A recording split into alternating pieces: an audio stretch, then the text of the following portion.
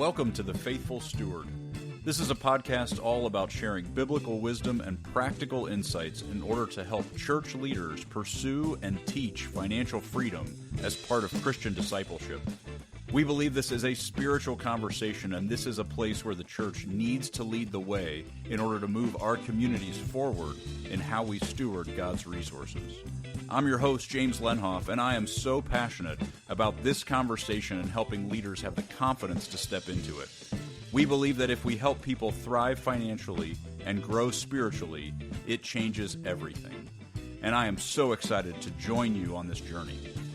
This podcast is brought to you by Good Sense. If you'd like more information about what we're up to, you can go to our website at goodsensemovement.org. All right, let's get started with today's conversation.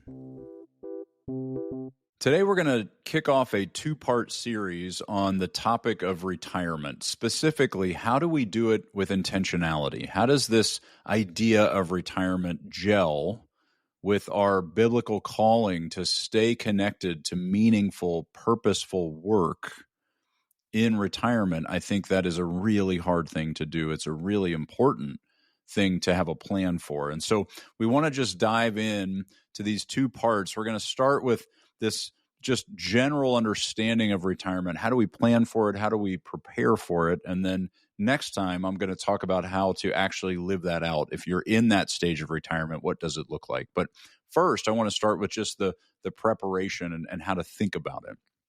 Because retirement, a lot of times, is rooted in this idea that someday I will get to a place where I don't have to do anything, that retirement is every day's a Saturday. I just get to have fun. I get to play. I get to never work another day in my life. And I would argue, I'm not sure that's biblical.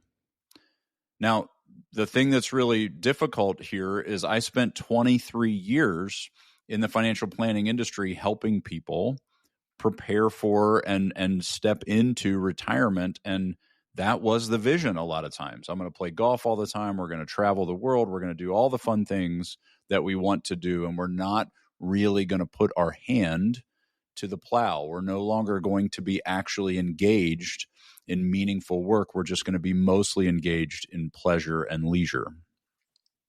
And I watched people step into that stage with that mindset. And the truth is, it didn't go well. It started off well. It started off fun. They would call me and they would say, every day's a Saturday. This is great.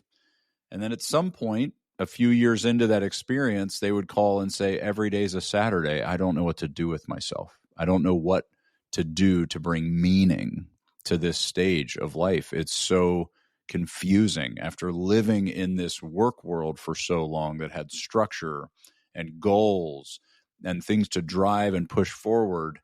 Now I'm kind of in this weird place where I don't know what the point is. And so that's really why I think it's a difficult thing to navigate. It's not biblical to fully check out. In fact, Jesus tells a parable about this guy that builds bigger and bigger barns.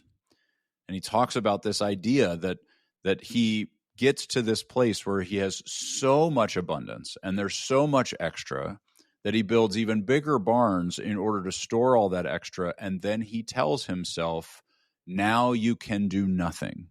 Now you can check out and eat, drink, and be merry. You can basically say, I can just indulge. And that is actually the issue.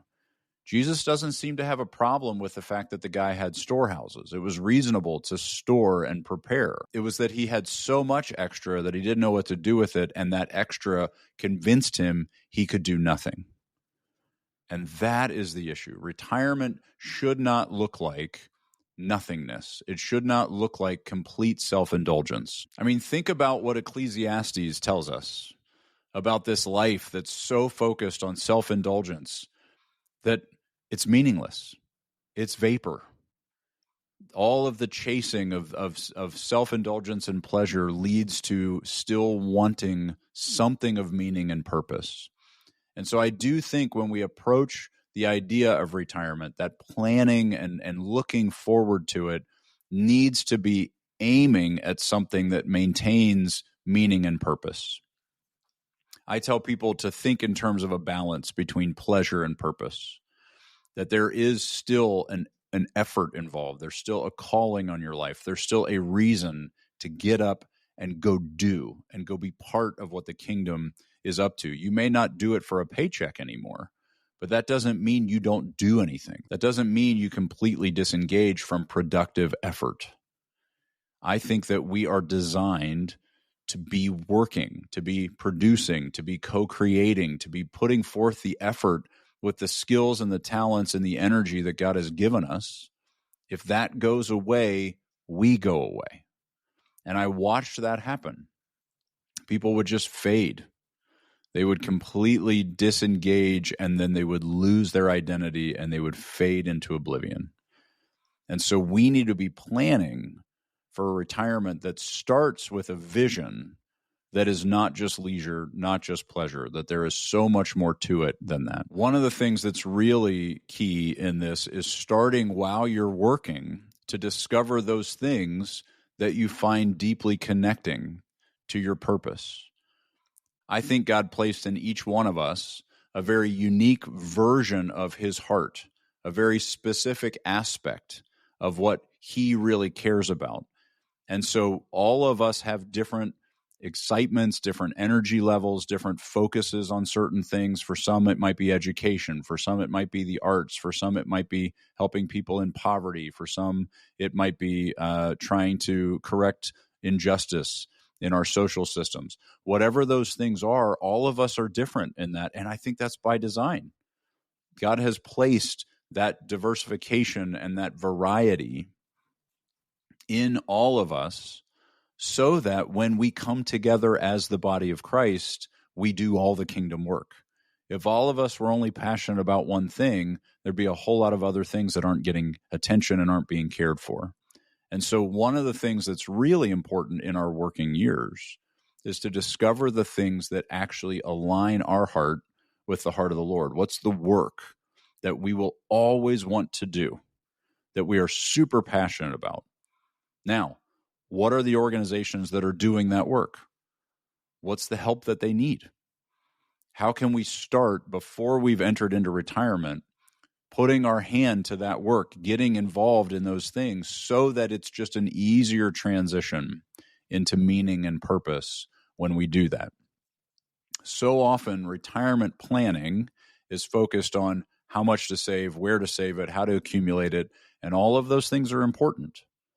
But if that's all you're thinking about when you're thinking about that retirement target, you will find yourself walking into this really confusing open space that doesn't have definition, that doesn't have direction, and it gets really scary. One way that's really helpful to think about that as you're planning for that retirement stage is, what do you want more of in your existing experience of life, and what do you want to see less of? And so for a lot of people, there may be, I want to see more adventure. And we see a lot of that translate into travel. But maybe part of that could be mission trip travel. It could be doing medical relief trips. It could be any number of things that are a combination of the thing you want to see more of connected to the thing God has placed in your heart. What do you want to see less of? Maybe as you look at the way that you have structured your week, you realize there's no rest, there's very little Sabbath, there's not enough space for you to just be. And so retirement would allow you to balance that. I want to see more of this, I want to see less of that. None of it is going to go completely away, but we're walking in a direction. We're moving towards more of this and less of that. That's a really helpful framework, I find, for people to start to be able to narrow the direction that they're heading in retirement. If you've never experienced those things, then it's really hard to frame that up. And so this is also a time while we are in the season of working, we want to be test driving these different things. We want to be trying on adventure, trying on volunteerism and serving, trying on these different things that we think might be fulfilling and meaningful to us, because we want to know now whether that's true or not. I would have conversations with people that say, when I retire, I'm going to just go volunteer and serve for Habitat for Humanity. I think I'm going to love it. And I would ask the question, have you done that yet? Have you gone and volunteered with them? And they say, no. And it's like, well, you might want to try that. You may find that you hate swinging hammers. You may find that you actually don't enjoy building these homes. You don't like the work that they do. You may love the mission that they're on, but you don't actually like the work. Go do the work. Go see what it's like. Go try these things on. Go put more of that in your life now so that you know whether it actually is what you think it is. That's the kind of work that needs to happen in the planning and the preparation stage as you're aiming towards retirement. One of the other things that we want to think about as we're planning for retirement is just asking ourselves really good questions of what we think it's going to look like. What are our priorities? What are the things that we really want to see focused and organized around? What is our living situation? Are we moving closer to kids and grandkids? Are we going to stay in a certain area? Are we getting further into the city? Are we going out on a farm somewhere? What are we trying to do that would create the environment that would lead us in the direction that we're trying to go? What about our lifestyle? Do we want to draw some lines? We're big fans around here at Good Sense of the lifestyle cap, this idea of drawing the line and saying this far, no further. One thing that gets really muddy in retirement is drawing those lines because you're not getting a paycheck anymore. So there's not this obvious, consistent, confident way that you can draw those lines because the paycheck is coming, how much is in there. This is a much more nebulous thing because now you're living on the resources that you've saved for this purpose. And those don't come in the form of just a standard paycheck kind of experience. And so those lifestyle decisions are really, really critical to map out and say, this is enough. This is contentment. This is satisfaction. This gives us the adventure that we want, but it also keeps us in a place where we are still able to be generous, able to feel abundant and know that we have extra to share. Those are things that get really hard to navigate in retirement when that paycheck goes away. And so having strategies around that is really, really important. One of the other big areas that I see people really struggle as they step into that stage of retirement is identity.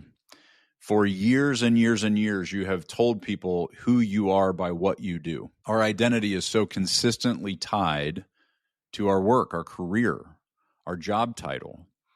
And in retirement, those things go away. And a lot of times we fade into believing we actually don't have a role to play. We don't add any value. We end up believing that we are just this old retired person because we don't have a title and we don't have an official role. But if we know our identity in Christ, we know who He made us to be, maybe that identity becomes mentor, teacher, discipler. Those are identities we can grab hold of that actually keep us motivated to pour into others.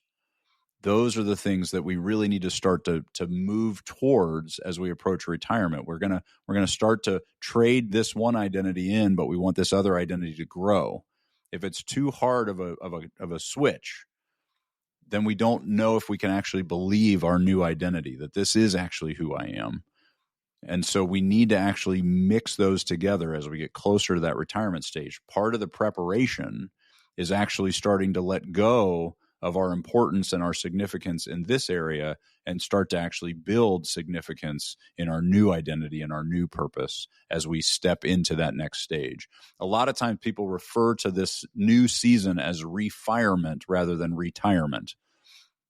It's a great way to think of it, this framework that says we're actually moving into something. There's an intentionality, there's a direction to it. It's not just this stillness and laziness and self-indulgence. It's just re-aiming ourselves at something different and doing it not for a paycheck, but for simply the use of what God has placed in us. It's an honoring of Him. It's faithful stewardship to continue to do work that aligns with our skill set. What I would argue is these things that I just laid out are much harder to prepare for. They're much more complicated in terms of planning and getting our mindset right and getting our priorities organized as a couple as we step into these seasons than the financial planning part of things.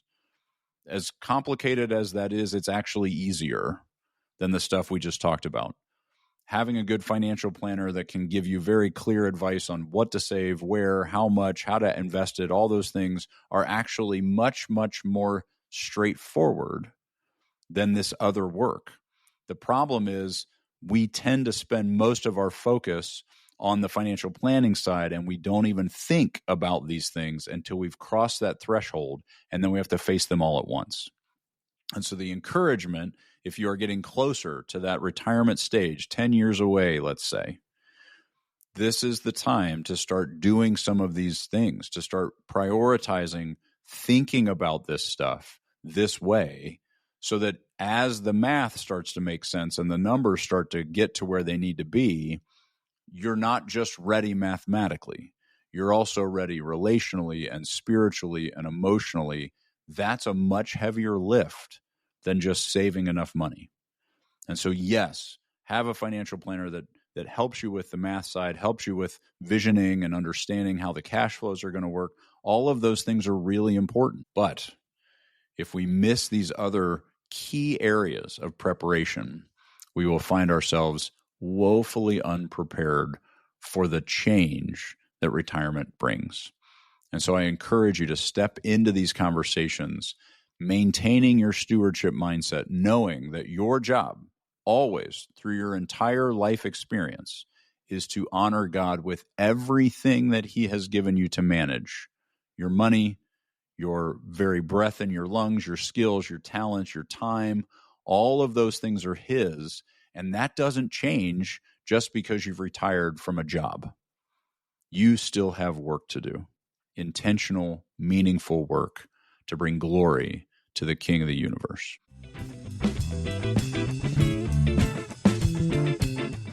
Well, thank you so much for listening to the Faithful Steward podcast. Be sure to check out the show notes for links and other information that we mentioned in today's episode. Also, be sure to check out our website at goodsensemovement.org to get all the resources we offer churches to help equip them in teaching financial stewardship to their community.